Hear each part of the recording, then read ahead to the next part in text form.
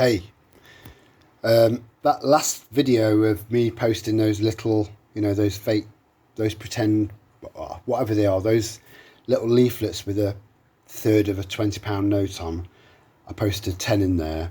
I tried to keep the video short so that it would go into the shorts, and it started uploading into the shorts and then went into the videos. So I do apologise about that, because I don't want tiny little videos cluttering up the main video section, if that makes sense. So off the back of that, I thought I might as well buy a few other bits and bobs and explain a few things that I've learned as well, so I can make it a little bit more educational as well, which is always good. It makes prep shops way more interesting, way more. I would have hung around to see who was picking up these fake 20s and their response, and I would have hung around. But considering Farmfoods was relatively empty, no matter where I put my basket, there was someone trying to get in there. And then I'd move my basket somewhere else, and there was only about 10 people in the whole building, and it was doing my head in. I had to get out. It was frying my head. Oh, I don't like shopping. Yes, I do smoke from time to time, because I know people would have clocked them. You're all very, very eagle-eyed. It's the prepper in you. You don't miss a trick. Right. So, soap. I didn't know Vaseline made soap, and soap, we don't know what's in it. And again, it's going on your skin, and it's the biggest organ on your body, and it's absorbing it in. So these do sound a little bit kinder. Bars of soap, again, another essential prepper item to have, and I've got a shitload of it. But I've just topped it off and got some more, because I watched a video of people making detergent to wash your clothes, to make it easier to wash your clothes using barred soap, just by grating it and then messing around. Have a look on YouTube. There's loads of videos out there. I don't need to go through it with you. But yeah, barred soap, very important. Keep topping that off, or just top it off. Food's more important. I've got some more black cherries. I am growing my own fruit, as you know, done lots of videos on it, but it's not enough to sustain me.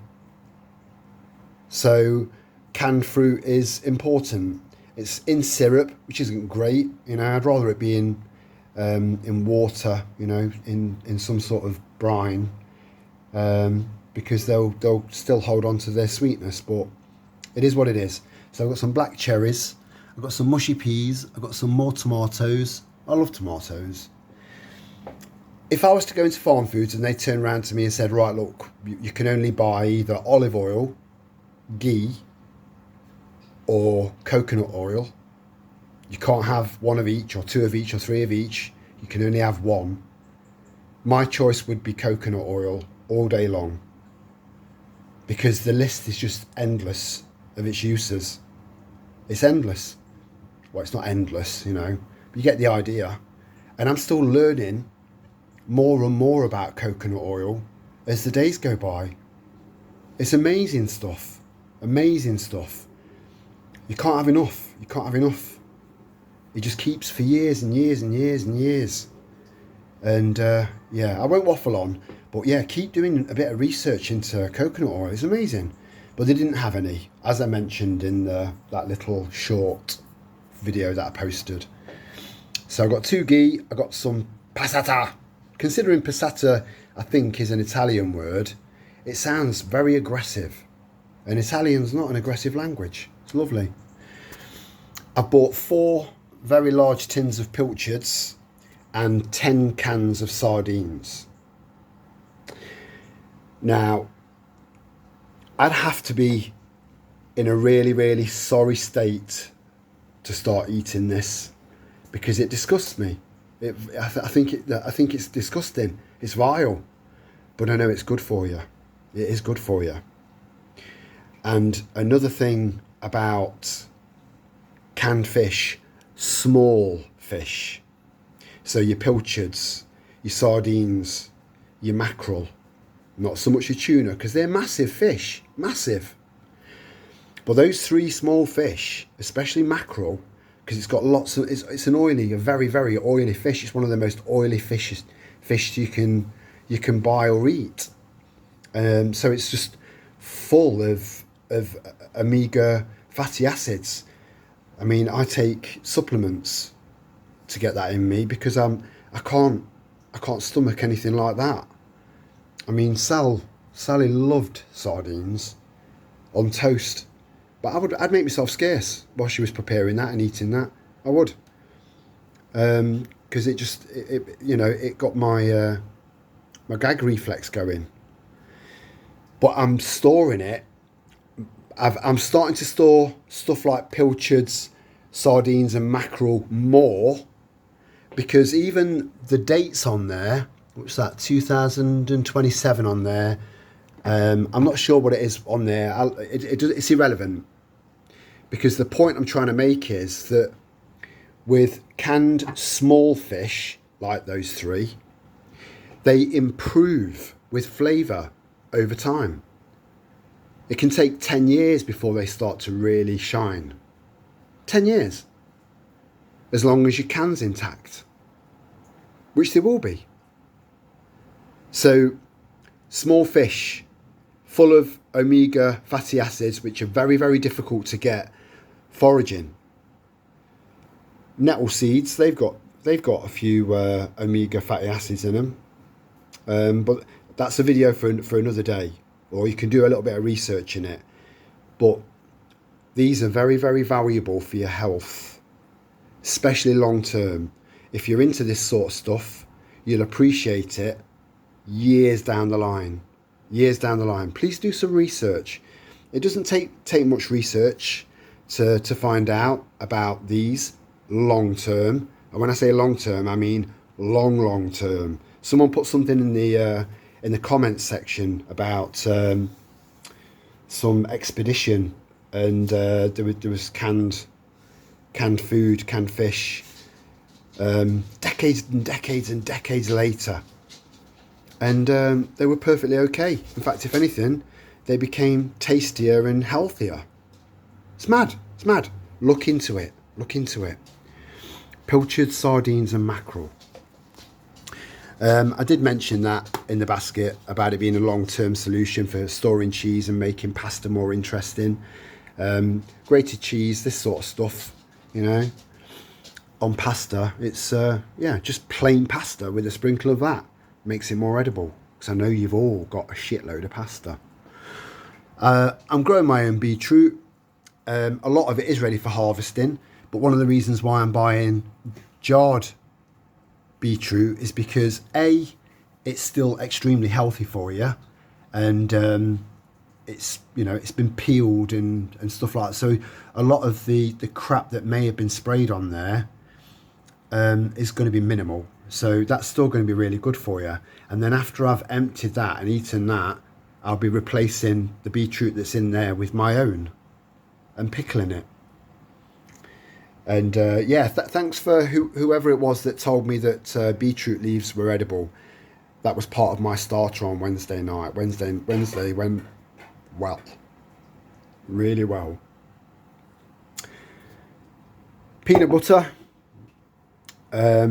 Again, it's just packed full of protein and some good, really, really good oils. And this was on special offer. I think it was $1.99. But the Skippy one, which apparently doesn't have palm oil in it either, the Skippy one, that was $1.99. So I'm always going to choose that over something like Skippy. Marrow fat peas, I love them with pies. With all the juice. I don't drain the juice off. I get it, I cook it and just slam it on all over my pie. Sal said I was a weirdo. But I love it. We've all got our own little quirky ways, haven't we? Again, so you've got pork in a can, perfect long-term solutions for meat long-term when your freezer space is so unbelievably valuable. and then your chicken in white sauce as well. And you do get quite a lot of chicken in there. It's not going to be organic chicken, but it's still chicken, and you know, it's a solution for long-term storage. I've just ordered 3 more. I've got my tubs down there, they're full. And I did a video on how I've stored that flour. I've ordered another 3 of those tubs, so I'm buying a shed load more flour in. So I've got loads and loads of flour, and I've got loads and loads of yeast, and I've also been told that it's possible to make your own yeast, so you can keep your own yeast. Something to do with sourdough. I've not tried it yet, but yeah, long term, just growing your own yeast. So if you can't buy it from the shop anymore, you know. So I've got four more bags of flour, and I'll keep buying more and more flour, because what was it? I think it was a 9 kilograms in a 10-litre tub. So I need to get 9 times 3 again. And I've got a good source for fresh organic bay leaves. And I went in there hungry, and I've not eaten these for years, and I remember really liking them. So I bought a big bag of these very, very unhealthy potato croquettes that's going to take up valuable space in my freezer, because it's 2.5 kilograms. And the total cost, yeah, so that idea for just poking those little folded in half leaflets, you know, it was a genius idea. I'm not a genius, but it just came to me. I just thought, this is a great idea, you know. Even if out of those 500 that I'm going to be putting here and there, even if say 20 or 30 people start to wake up, you know, people are waking up. The cat is out of the bag. Look at Ireland. Look at what's happening in Ireland. They're rising up. And it's going to happen everywhere. So that's one of the reasons why I said to you, keep on buying food. Don't stop storing food. Buy as much as you can afford. You know, more now than ever. If anything, if you can afford it, up your game. But think it through what you're buying, you know. So this is how much each thing cost. I hope it's not too blurry. And it came to just under 50 quid, which isn't bad, considering I got two tubs of ghee, which was, you know, 6 quid each. So yeah, don't overlook these canned fish. And because they're smaller as well, they take on less heavy metals, because that is a problem that we're having with the fish that's caught in the sea. Heavy metals, especially mercury. So you get less heavy metals in these smaller fish and less microplastics. It's a win-win if you're into that sort of thing. So that's it. Much love to all of you. Have a fantastic weekend. Make sure you do. Ciao for now.